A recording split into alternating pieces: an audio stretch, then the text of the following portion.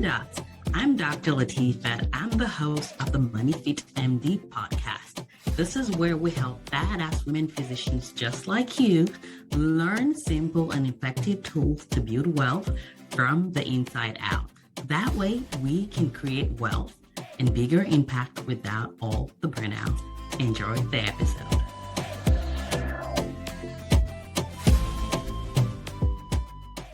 Regardless of what you're listening to this. So this is a really, really special episode that we're doing. And I'm so excited because this is one of those things that I want you to make sure you listen to this entire episode because it's going to bless you so significantly. One of the things that we love doing on MoneyFit MD platform is teaching about money, growing wealth, living a life that's aligned. But also we're here to stop keeping our money stories as secrets because there is healing that happens in community. So as part of that, I have the honor of having a guest we're going to call her Dr. K. And you're just going to get to listen to her own money journey, her money story, and how I help people think through certain questions that they may have regarding their money. So again, the goal of this is for you to learn. This is educational. We don't know your specific situation. This is not financial. I'm not a financial advisor. I'm not a financial advisor. So just make sure you use wisdom as you listen, learn, and apply. So without further ado, I want to say welcome, Dr. K, for being a part of our show today. Hi, everybody. So tell us real quickly, just before we go into the primary question you have, tell us a little bit about your own money story, your money journey. I know like for many physicians, we did not grow up doing, like no one taught us about money in medical school. So tell us a little bit, just briefly, where you started when it comes to money, where you've transitioned to, and I've kind of observed part of that journey. And I would be curious to see what part of it you highlight for us. Okay, great. So just to go way back, and by background, my parents got divorced when I was 3, and I primarily lived with my mom, and they both got remarried, but my mom always felt the need to be financially independent. And it wasn't necessarily lessons that she gave me, except for that the way that her and my stepdad did their money was like joint and separate. And she was a big saver. And so from that standpoint, every time I got money, I would save the cash and I would stuff it in my Cabbage Patch Dolls diaper.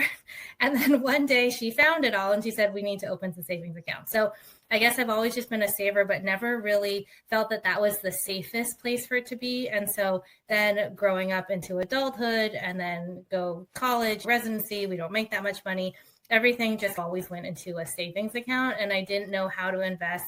Nobody ever taught me how to invest, what really stocks were. And we're all so busy in medicine that I just went through, I knew I needed to put away money for my 401k. So I did whatever was supposed to be done of me relative to what work offered.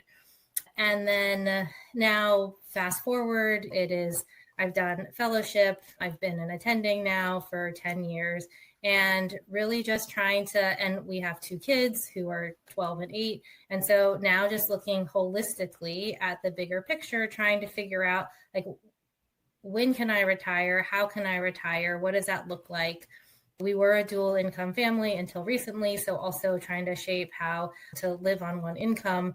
And so what has evolved is Latifat helping me. Like her book has been amazing. And so from that standpoint, really being able to understand the basics of what the different categories are and how you can invest and being able to understand where we spend our money, where we want our money to go, where we want to put towards retirement, where we want to put towards savings, and specifically retirement plans for the kids, the college savings. So I think in general, it's helped me lay out a framework in terms of short-term and long-term planning, and now how to look at those different buckets and how to put away money differently so that all those things can fall into place for our short-term and our long-term goals.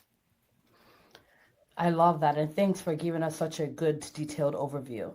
So when it comes to the organization, the framework you've created for yourself, you talked about retirement buckets, you've talked about college, you've talked about money that you guys are saving for emergencies.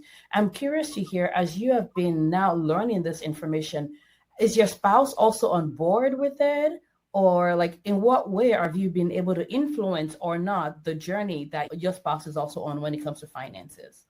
Yeah, it's definitely been a partnership, and he's not in medicine, and so he understands it better than I do and has more background. He also really likes spreadsheets, and I really am not good at spreadsheets. So that's how we balance each other out. And so from that standpoint, how do we think about buckets? So I guess thinking about buckets, so we're on the same page from that standpoint in the sense of trying to understand where we are and then also looking at longer goals. I'm a very tangible person and he's a little bit more theoretical. So we've had to kind of merge to work those two together. But specifically in terms of the buckets, I guess really it's okay, what are the necessities that we have to, that are that must spends? And then what are the things that make us comfortable, and then what are, I think you've used this term, like what are the bougie spends, or somebody else told me like what are the booze and shoes spends that you don't need but like to have. And so understanding what those categories are, and again, I've taken this wisdom from you too, of like we don't need to necessarily have a detailed, it doesn't need to be so specific, we don't need to spend hours doing it, but just a general big picture of where the money is coming in and where the money is going. And then once we figure out what we need versus what's the excess, then we've been able to reshape maybe where we want the money to go compared to where it's been in the past. I love that. I love that. And now with a change in work for one of the partners in the relationship, I know you mentioned that there are some changes that you guys have needed to make or decided to make proactively. Can you talk a little bit about that? So in terms of what we've done differently is just having a understanding where all the money currently is. I think we've all both had different jobs, a handful of different jobs over the years. And so our retirement funds are in different organizations. And so it's really hard to know what our net worth was until we kind of consolidated all of it. So we're in the process of bringing that all under one umbrella. So it's easier to see and easier for us to track. The other thing we're doing is we call it a weekly family management meeting, where we have a list of topics that we're going over in terms of what we're spending. Right now, we're just trying to understand what the spend is so that we can account for that and make sure that we can live within our means and still try to be able to save. And then also looking towards the future, still being able to save a little bit so that we can then have a pot of money to then invest later, depending on how we want to do that. Let me ask you a question, because I know you've mentioned the word save a couple of times. Are you enjoying your life as well? Yeah, so that's a good point. I think, again, I'm going to go back to something that you have brought up in the sense of we need to make sure that we are paying ourselves first. And I think that's a really big lesson that I've learned recently of it's easy once and I'm like an out of sight, out of mind person. So if I put it away and this is all the money that I have left, like I will just make do with what I have. And so from that standpoint, that has been really helpful. So right now when we're putting money away for savings, there's a pocket of money that's going away to savings, but we've separated out of like half will stay in savings and half will be our vacation bucket. And so then at the end of the year, we'll be able to say, okay, we have this much money and that we're going to go on a vacation, so that even though we're trying to make our lifestyle work on one income, we still want to make sure that for us, the things that are important are life experiences and sharing those life experiences with our children. And so want to make sure that we can still have those. I love it. And that's part of what I describe like the rich life, really. Because many times when it comes to money, people think that it has to be one or the other. I'm either YOLOing or investing, and we want to do both. And especially as physicians, we've been witnesses to lives lost at young age and all of the stuff. At the end of the day, we want to not live a life where we get to the end and we had no memories. We also don't want to get to the end of our lives and have no money, because like our 85-year-old self is going to be pissed if y'all don't have money for her. So I love that you are assigning money buckets of the fun money, the experiences, because that sounds like what's important to you. Yes. I love that. So let me ask you a question, because you had some questions in mind when we were going to record this. And I do think that I want to hear how I can be of service to you in that. and the thought process of how I would think about it and how I help women physicians think about how to use their money and all of that good stuff. So talk to us. Yeah. So I think in doing this exercise, this I'll call it life exploration exercise, I feel that and the reason why I gave that analogy or the story of the savings in a Cabbage Patch doll's diaper is because essentially all the money I've always felt it just sits in the savings account and then now I'm reading compounding interest and investing, and you can do it. There's a whole range of going from conservative to aggressive. But then how does one, if you're putting away money, so the question is, if you're putting away money, and that can be, okay. If you're putting away money, how can you, no matter what that amount is, how should you think and what should your strategy be in terms of allocation to help that money grow? Absolutely. So the very, very first part is this is going to be different based on different individuals. And it has to be in the context of each person's goal and where they are along that path of their goal. So I know that one of the things you've mentioned earlier is that you have an emergency fund. And for you, because you're taking certain risks in your family right now, where you're relying on one income, your emergency fund needs to be healthy and accessible. And what amount do people need? We say 6 months in general. If you have a 2-income household and you're investing aggressively, that may be 3 months on the way to building 6 months. But for you, I love the fact that you're like, okay, this is going to help me sleep better at night. We have 6 months of emergency funds that is safe. So that part is important because you want money that will be easily accessible to you. And what I mean by easily accessible is the market is going to go up and down. What you don't want to do is you don't want to be so desperate for money when the market is down that you have no choice but to sell at a loss, right? And that's why the emergency funds is best to sit down in like a high interest savings account where it's making some money for you, but the downside to it is you may be losing out on potential growth, but that's okay because it's a finite amount of money, not whatever amount of money that now you're like, what do I do with? Does that make sense so far? Yes.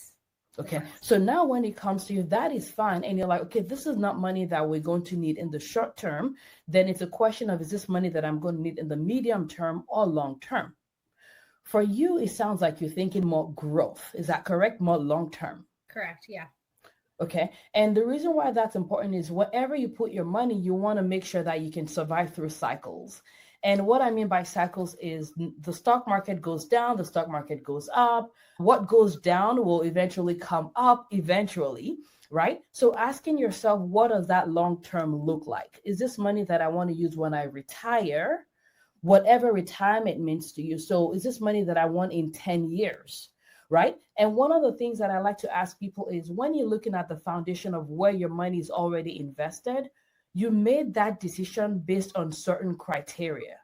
So I'll give you an example. When some people are starting their investments, like I believe in simple, boring investments. It doesn't have to be sophisticated. In fact, I still am in support of target date funds, which is money that you've invested and saying, I want to access this money by this date. For example, when I started my journey, I was a W-2 employee and I thought, let's just make a random year. I was like, okay, I'm going to retire traditionally in 2040. So I would like this money to be invested in a way that in 2040, that's when I'm going to want access to it, which means that right now it can be aggressive early. And then as we get closer to 2040, it becomes less aggressive. So what I did was I wanted to be even more aggressive than that. Again, you have to know your risk tolerance. So even though I wanted to use the money in 2040, I said I'm going to need it in 2045. That means I'm giving you the permission to be even more aggressive than usual. Does that make sense? Mm-hmm. Yeah. That's based on my own risk tolerance. So if that's all people do, that can win. However, there are people that choose to do more than that. So I'm a huge fan of Bogleheads funds, and that's where I personally invest in the stock market through Bogleheads. And based on data, you can invest in that way and still be fine. So the reason why I'm bringing that up is anytime someone asks a question of like, where should I invest now? The question I have is, what is the foundation that you have decided that your pillars of investment is going to be in? So for me, when money comes in, I add on to the pillars that I've already decided is going to be the vehicle for me. That way, anytime money comes on, I'm not saying, what now, what now, what now? So that's a decision that I make. And I decide as well how much of my investment do I want to have in the stock market versus outside of the stock market. So in general, I talk about, and for those that are curious, there's a program 6 to 7, which is what we're teaching people to automate their finances so they can enjoy their life. I believe that, I don't want to say every, because that's generalizing, but most physicians should automate their path to 7 figures and multi 7 figures in the stock market. And what I mean by that is, if your path is already automated in the stock market, you can now add more things in there to hyper accelerate your growth. Things like real estate, whether that's like active real estate or passive real estate, or invest in businesses.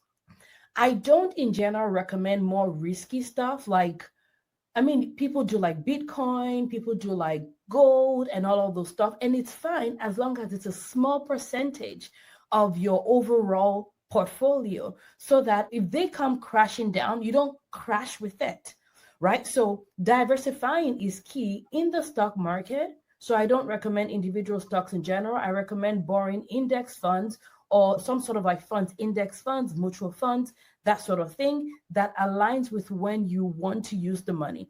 But once that path is automated, now you can hyper accelerate that growth through real estate investment. So for you, my question is, are you thinking about non-stock market options, or are you trying to make all of your investment in diversified stock market investments? I think both. And then in thinking about your timeline, I think it would be, again, I'm a bucket person. So I think being able to have accessible money, say in 5 years, and then probably 10 years and 15 years. Those are the buckets that you're thinking about.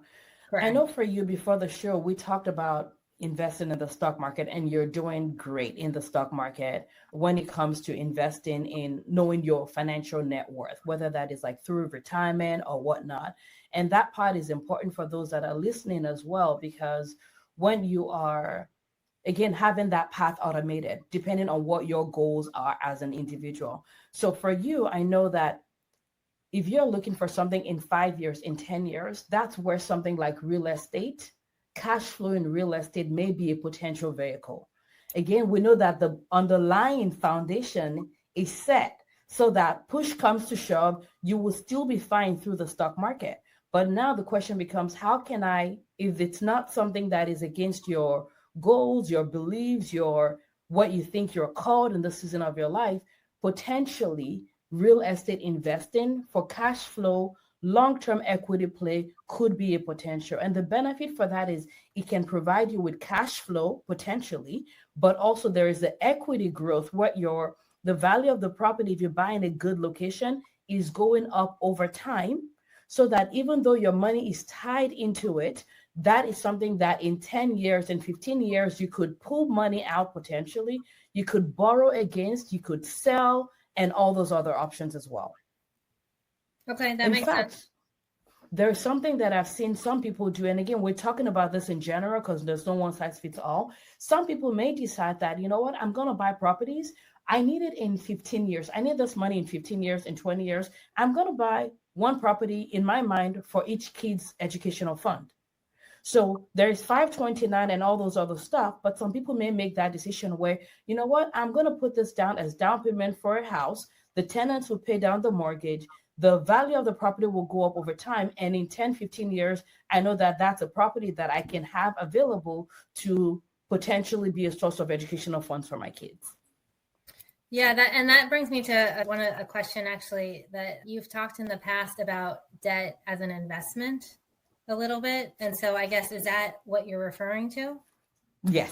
Okay. I'm smiling. For those that are not watching me right now, I am smiling. And the reason why I'm smiling is I love it. I love that we're having this conversation. But I also love the fact that we're understanding that debt, there's no one size fits all, but also traditional financial advice doesn't actually work for most physicians. That's just the truth. And if you hear a lot of traditional financial platforms, they will say debt is horrible, debt is bad, and all of that stuff. But I think there's a way you can use debt in a way that is not over leveraged. It's not so risky. You're not putting yourself in stress. And yes, that is, I think about not debt free, but debt freedom. And in fact, I will say publicly, as of the time I'm recording this, I have more debt now than I did when I started my finances, when I knew nothing about money. But the difference was at that time, the debt was in credit cards, was in loans, was in things that were in my primary home. But now my debt is mostly in assets. And I'm grateful with good strategy, with running the numbers and luck and God's grace, in my opinion, we haven't had to pay for mortgages out of our pocket. So, yes, the way that I think about debt in terms of like debt freedom would be if you bought a property, you put 20% down. You have to be careful about the location. That's the most important thing. You have to be careful about the location. You have to make sure it's an environment that is friendly towards investors. But for example, if you had like, I don't know, I'll just make up a random number. I'll use our first investment as an example, since that's very specific. So our very first real estate investment was a triplex in a state we don't live in, where we did 20% down. And we put in, I believe it was about $50,000 as down payment for this property that cost about $200,000. Okay. It needed some work, which is part of our strategy. We personally don't buy turnkey, meaning we don't buy properties that you just like buy it and put a tenant into it, because part of our strategy is the forcing the appreciation of the property. So this was a triplex for $200K. So you could imagine it needed some work. Again, we put $50,000 down as down payment for a property that cost $200,000. So the bank borrowed us $150K. We did some rehab. We did not do it ourselves because you can't trust me with a hammer. You do not. Do not trust me with a hammer. And we did some rehab work that was about $40K or so into the property. We rented it out. It's been multiple years now. It's been cash flowing since day one, which means that we haven't had to put money, our own personal money, to pay the mortgage of the property. So our tenants are paying the property down for us. And then about 2 years later, we had the property appraised, and the property we paid $200,000 for was now valued at high 300s. So what we did at that point is we decided we could have kept the money in there, and we have properties that, we have left to just continue to grow. But we did a cash out refinance, meaning that we pulled out some of our equity from the property. We actually pulled out like about 90K or so from the property, and we took that money and went to go buy another property. So literally that first money that we invested now has grandchildren. So that's how I used it. But you have to be very careful to make sure you buy to the best of your human ability. Will you always get it perfectly? No, you will not. We have a property right now that I'm like, are we going to keep this property? Are we not going to keep this property? Based on the numbers. So it's not like every single deal is going to be a slam dunk, but that's how using debt as leverage without over leveraging. And the way that I think about over leveraging is, if something was to happen and our tenants cannot pay the rent, will we be able to pay the rent? And we've created an emergency fund where that can be the case. So that's how I think about debt freedom. Is that helpful? Yes, that's super helpful. Now, are there ways to invest in real estate that maybe if you don't have that much money to put down, or if say that risk just doesn't seem like or the time, to look for the property, to put into the rehab, if that's something that's just not feasible right now, are there other ways to invest in real estate that have that kind of 5 to 10 year goal? I love that question. So there are ways people can invest in real estate. And this is the part where people have to be, low risk to high risk. You can invest in real estate through the stock market, REITs, rates. These are real estate, ways you can invest through the stock market. You can look into that. There are people that do crowdfunding, where you can just go to a random website, they're collecting funds from people, putting it together, and all of that stuff. There is, anytime you're not the boss, you're not the boss. Anytime you're not the boss, you're not the boss, which means that now you're trusting someone else with your money to make decisions for you, right? So there can be risks with that. And that's why I love it when people make sure that their stock market investments provides a good safety net for them. Okay. And so with the non-active, meaning that you're not the boss, you can put your money together with other people that are the bosses.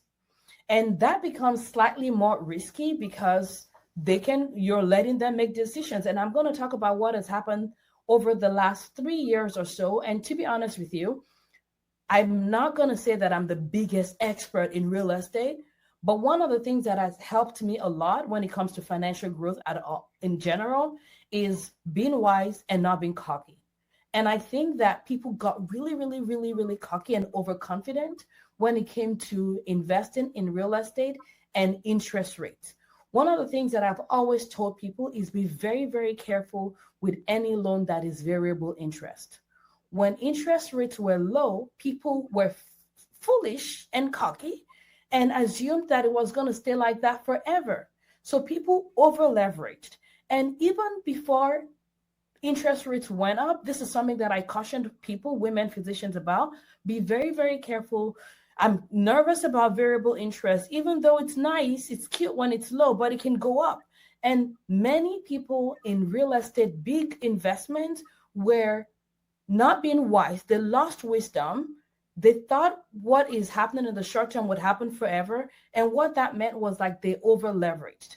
So some of them actually lost their properties. So if you invested in people that were not wise, that were throwing numbers around like, it was the rain. I do like the rain, but, you get my point. People lost a lot of money, right? And so it's important to be very, very careful about who you invest in with. Make sure that any amount of money you put in with any human is money that if you lost it, you would not be devastated. And I'm happy to refer you to some people. I don't get any perks from them, but that invest in real estate and have funds and things like that together. You can talk to them and see if they're a good fit for you.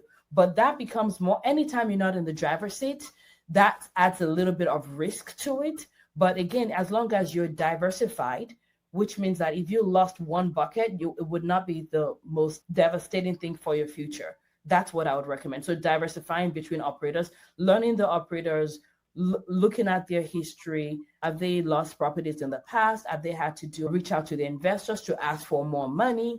Those are the questions that I like to ask anything that I'm going to invest in. But leveraging network, asking people, who have they invested in? How has their experience been? And using that as a way from narrowing down from the wild, wild west to, a pool of like 5 people, and then you can now pick from them. But regardless of what their history has been, I still recommend diversifying. And that's why I'm a huge proponent of investing in the stock market as a foundation to excellence. And then when you now add things on top, diversifying between that. Does that help you?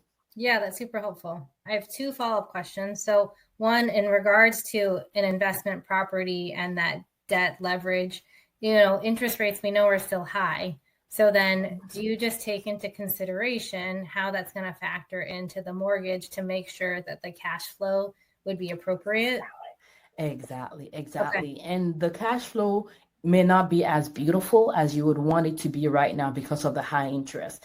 The hope is that interest rates will go down. No one can guarantee that, of course, but at least this gives you a worst case scenario about running the numbers. And the minimum, what I tell people is the minimum requirement is make sure it cash flows. It may not be huge. It may not be like, oh, that's an amazing number. But keep in mind that the benefit you're getting from the real estate is not only from the cash flow, it's also from the equity that is growing for you. There are other potential benefits to real estate that, if you're super busy, you may not take advantage of. So I'm not going to go too much into details with those, but look at the cash flow. Make sure it's not going to be negative, worst case scenario, so it's not stressing out your clinical income, but understand that the cash flow is one small part of the potential benefit. There's some tax benefits as well, potentially. Okay. And then just backing up a little bit, because we talked about the bucket, so kind of a 5-year, 10-year, 15-year bucket. So along the longer term, it sounds, I guess I just want to hear in terms of, it sounds like maybe investments are the way to go if you're not looking to take out funds right away. And so I guess, could you just expand on that a little bit? Yeah, so it's that same, what are you already invested in, and how can you make those legs stronger? So as opposed to saying, what else can I invest in? It may be a matter of how can I invest more in the things that I've already decided to invest in. Okay. If anyone is listening right now, if you're close to retirement, if you're within 5 years of retirement, that's one of the times when I say that you absolutely should talk to a financial advisor so that they can make sure that there's strategy that is being imputed. And I just did a podcast episode actually about how to fire your advisor. But on that episode, I did describe that there are times when financial advisors can be such value add.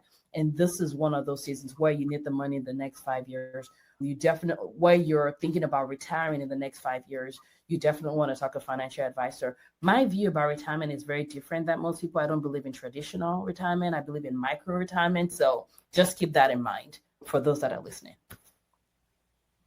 Okay, yeah, this has been super helpful. I really appreciate it. I'm so glad to hear. Thank you so much for being here. Thank you for being an example of what's possible. Thank you for learning. Thank you for teaching, because I'm just going to tell you right now that there are people that are going to listen to this and say, thank you so much for sharing, for letting us learn from you. And that's the key, guys. Many times when it comes to our finances, we're looking for perfectionism.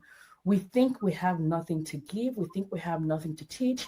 There are literally people, Dr. K, that are coming behind you right now, that the moves that you've made, maybe it's the having conversation with your spouse when there's a change in life status. Maybe it is understanding that you can go from being a hyper saver to also having fun with your money. There's so many nuggets that you have shared by just sharing your story. And so on behalf of every human, and specifically every woman physician that's listening right now, I want to just say a big thank you so much. I appreciate you. You're welcome. And thank you. Thank you for having me. This has been an incredible experience. And if I can help anybody else, then that makes me happy. Yay. And by the way, guys, if you've listened to this and you like this format, just comment wherever you are. If it's a podcast, if it's on video, because it's going to be only me on video. You ain't going to see those fabulous doctors. So y'all got stuck on my face. But I just want to hear in the comments. So you can send me a message on Instagram, on Facebook. I really want to know, because our goal here is to serve women physicians, to demystify money and let you know that no matter where you are not alone. Thank you so much. I appreciate you, and see you in the next episode. Goodbye, everybody. Bye.